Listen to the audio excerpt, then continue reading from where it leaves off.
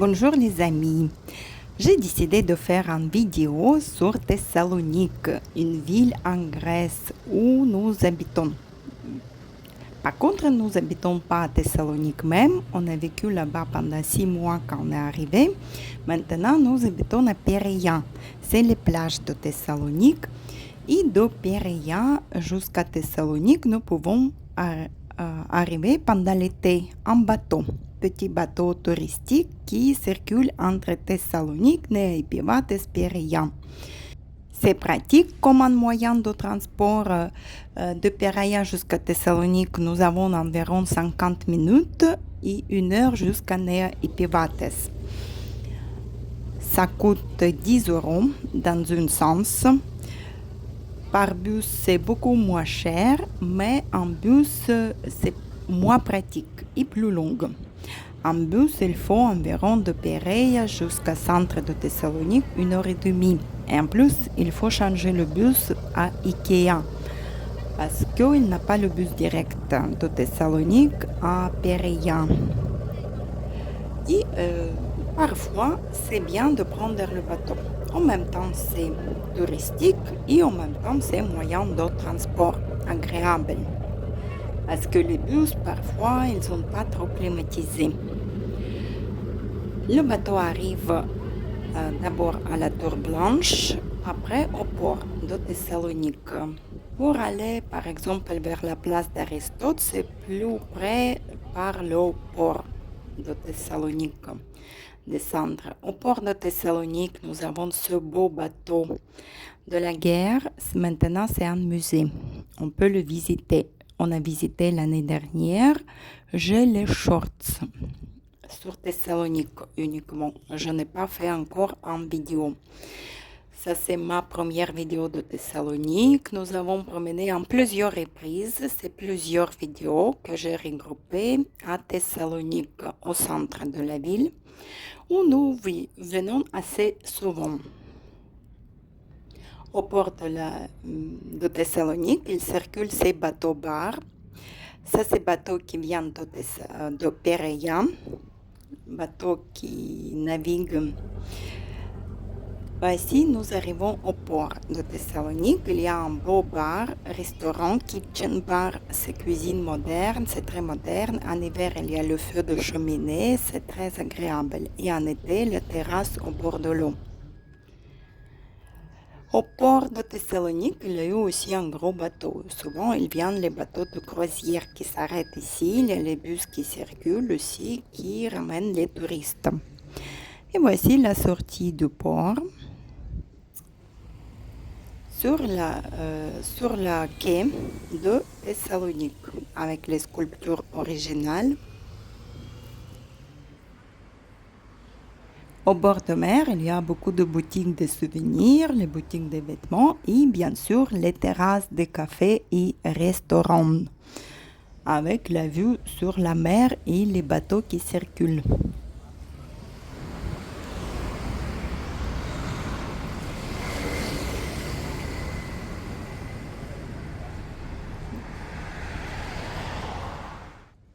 Cinq minutes à pied et nous sommes sur la place d'Aristote, la place centrale de Thessalonique.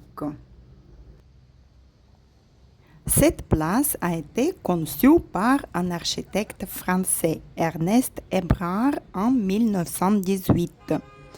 Mais la majeure partie de la place a été construite dans les années 1950. De nombreux bâtiments entourant la place centrale ont depuis été rénovés.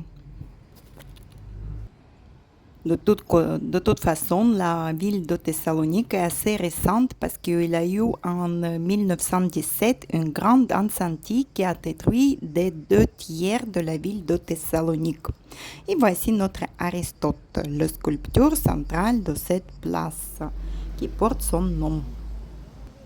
Et autour, un bâtiment arrondi, il y a un grand hôtel Electra, grand palace 5 étoiles, et l'autre, c'est un théâtre Olympion.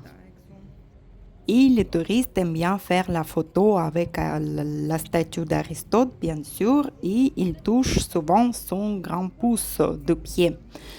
Ça Apparemment, ça porte bonheur ou ça peut réaliser vos rêves.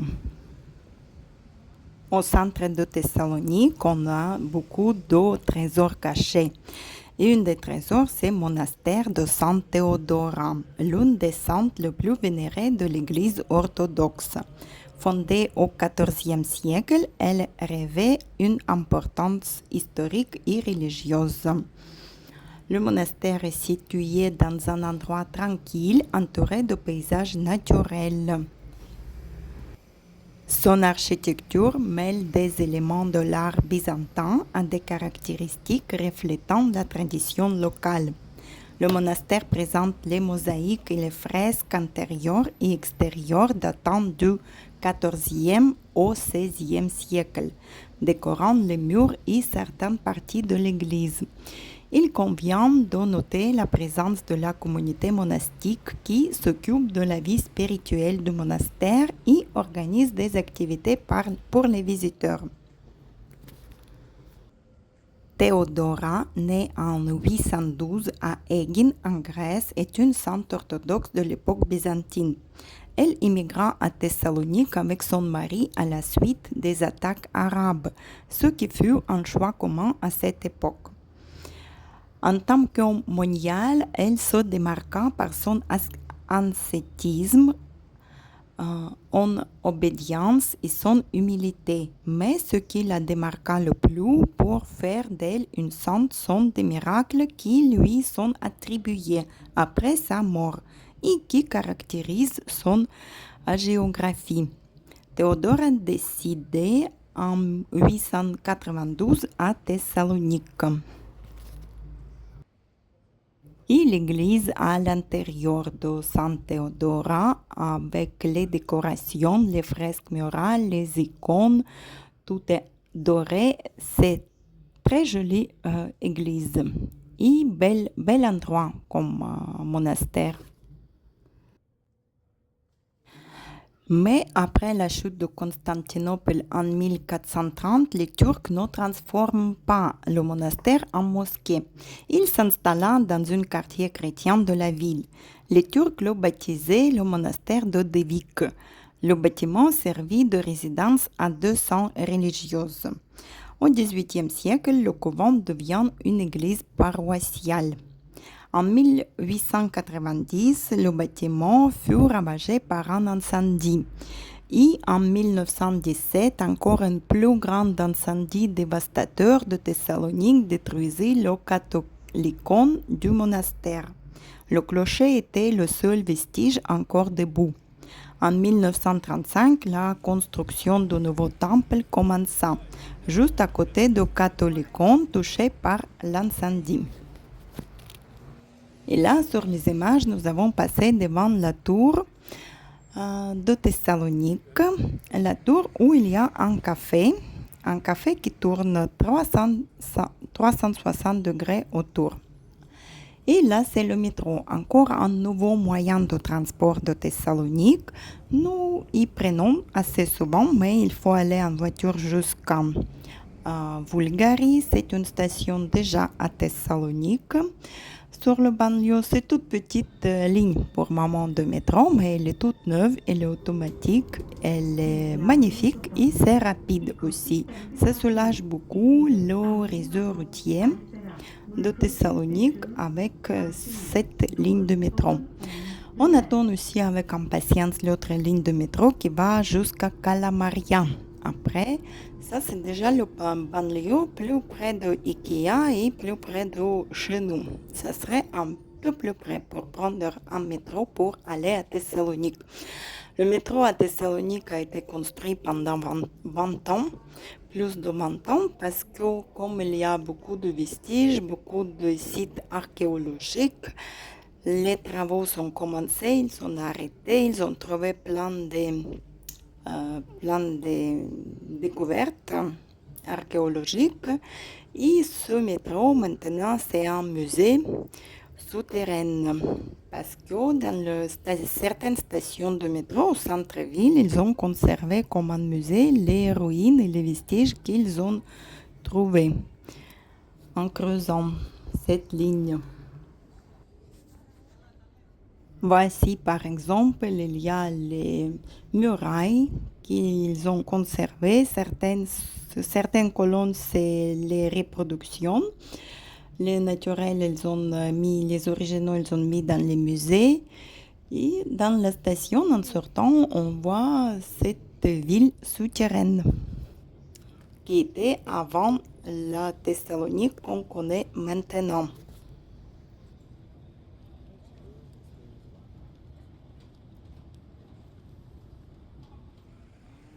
Le métro aussi, il sort sur la place de Hagia Sophia, l'autre temple à Thessalonique, qui est dédié à Sainte Sophie.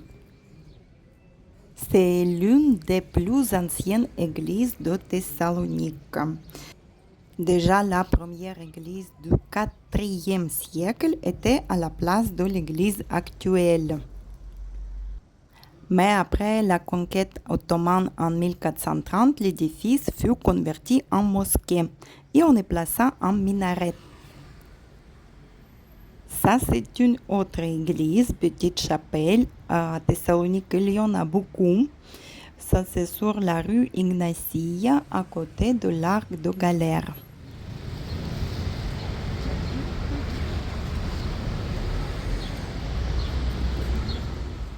La rue piéton qui traverse le centre de Thessalonique, du bord de la mer, de la Tour Blanche jusqu'à l'Arche de Galère et la Rotonde. L'arc lui-même constitue la dernière baie restante d'une tétrapile, monument type de l'Antiquité classique romaine, comportant 4 entrées ou portes. L'empereur romain Galère fit construire l'arc et la rotonde comme partie composante d'une enceinte impériale reliée à son palais de Thessalonique. La rotonde a été un temple de culte pour 3 religions. Dans le lieu de cérémonie de 12 dieux de lampe, il est passé aux chrétiens, soit le diocèse de Thessalonique de 1523 à 1590. Puis la longue période ottomane l'a transformé en mosquée, d'où subsiste le minaret, de près de 36 mètres de haut, le seul minaret qui est resté debout depuis les années 1920. Avec la libération de la ville, le bâtiment a été reconsacré au culte chrétien et dédié à Saint Georges. Il a fonctionné comme un musée et aujourd'hui caractérisé comme un monument culturel de la ville qu'on peut visiter.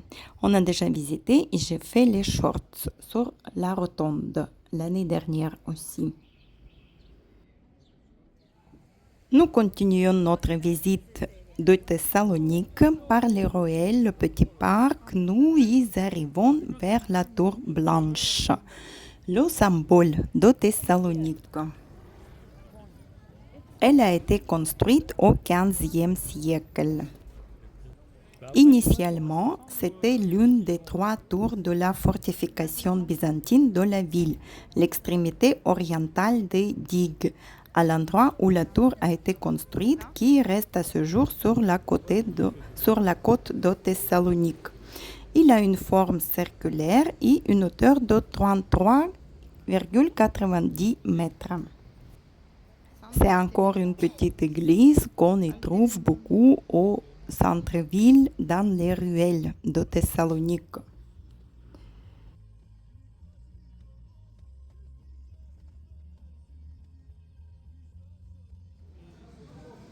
Et le marché central de Thessalonique qui se trouve pas loin de place d'Aristote et place de Vénézuela. Il y a de tout ici, les viandes, les poissons, les fruits et légumes.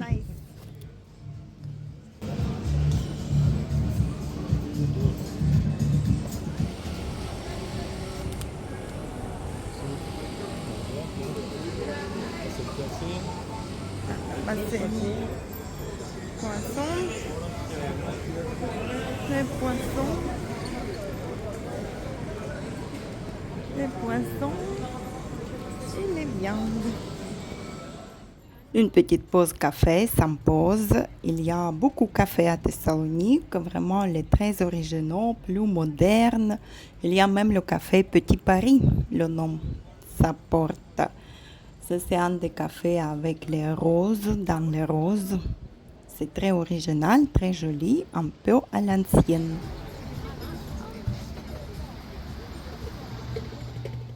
Voici à Thessalonique, il y a 2 ou 3 bateaux-bars comme ça. On ne paye rien pour la promenade. Promenade, ça dure environ 30 minutes.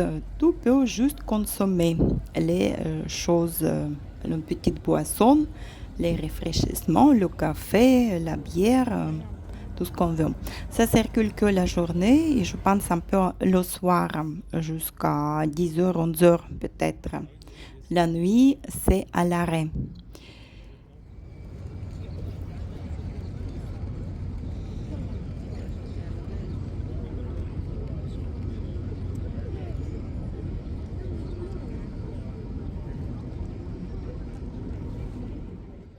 Revenons à notre tour blanche, le symbole.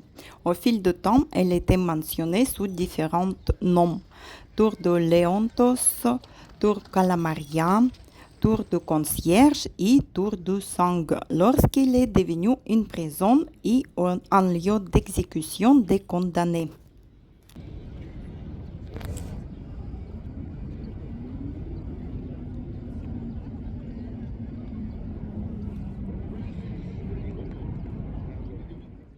Depuis la Tour Blanche, nous pouvons nous promener sur les quais piétons. C'est réservé aux piétons et aux cyclistes aussi. Il y a une piste cyclable.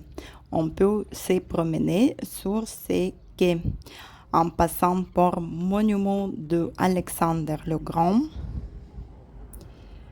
et jusqu'à la statue des parapluies de Thessalonique. Voici notre Alexandre le Grand.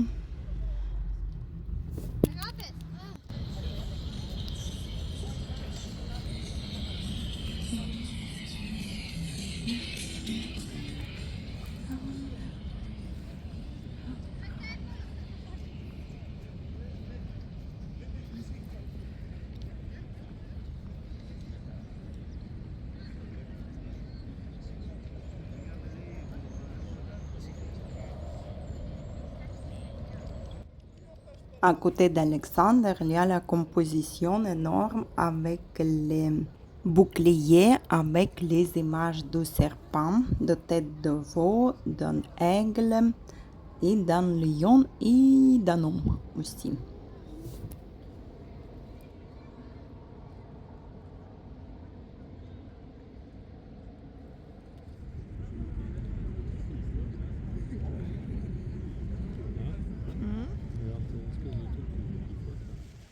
La fontaine rafraîchissante devant la statue des parapluies de Thessalonique.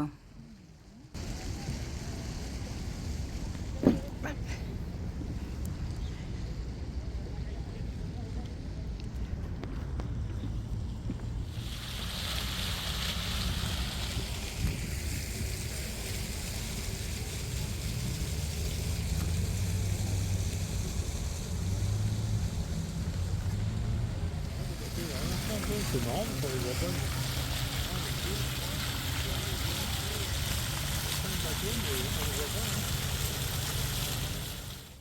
Une sculpture de Georges Zongolopoulos a été installée à leur emplacement actuel en 2013, à la hauteur de l'hôtel de ville de Thessalonique, après l'achèvement des travaux de la rénovation de Nea Paralia, de quai de Thessalonique. Le petit parc avec petit étang au centre-ville, pas loin de Institut français et consulat de la France. C'est une église de Saint Constantin et Hélène. Elle est sainte orthodoxe et chrétienne et cette église se trouve sur le territoire d'une base militaire de Thessalonique. Et quand on est rentré, il y a eu les militaires qui viennent assez souvent dans cette église.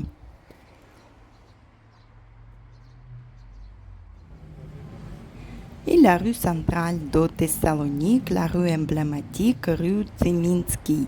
Il y a beaucoup de boutiques. Toutes les marques européennes très connues, les petites boutiques aussi se trouvent sur cette rue. C'est très agréable de se balader ici. Il y a beaucoup de cafés aussi. Il y a la rue centrale qui la traverse aussi, rue piétonne. La rue est très agréable, on peut profiter, faire ses achats, juste se balader à l'ombre. Il y a l'ombrage sur cette rue. C'est une rue très animée et une destination populaire auprès des locaux et des visiteurs.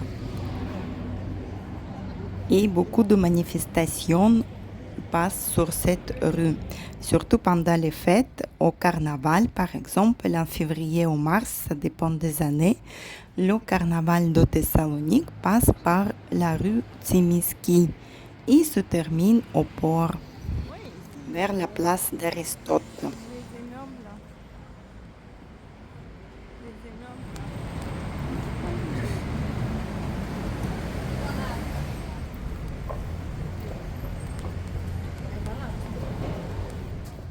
Beaucoup de bâtiments historiques aussi se trouvent sur cette rue, les bâtiments anciens, les bâtiments du 18e, 19e siècle aussi. Et les très bonnes pâtisseries grecques ici aussi, on peut y trouver.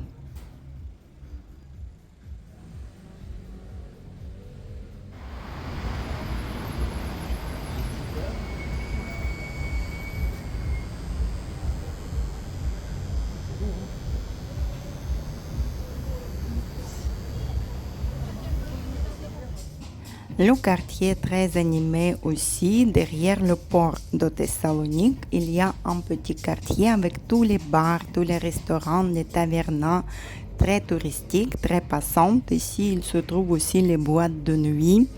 Et dans ce quartier, on est aussi un musée des illusions. Un très bon musée, très intéressant. La petite place des marchés des fleurs, avec les fleurs très jolies.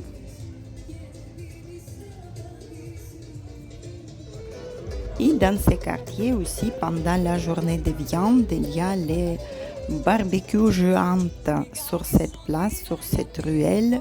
C'est la journée où tout le monde peut déguster les brochettes de viande.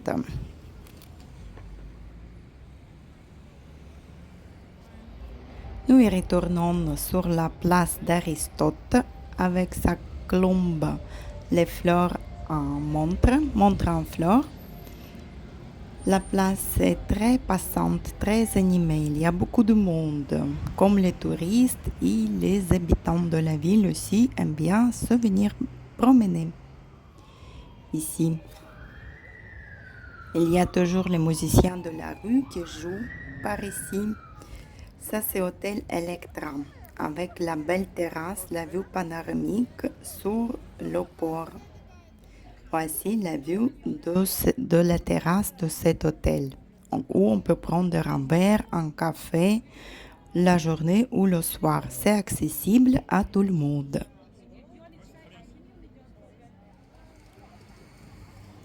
Et la place d'Aristote et le quai de Thessalonique au coucher du soleil avec la lumière splendide. Le soleil se couche derrière la chaîne des montagnes de Olympe, Mont Olympus. Elle élimine les bateaux, tous les bateaux sont en couleur dorée. Aristote aussi, il prend les couleurs dorées.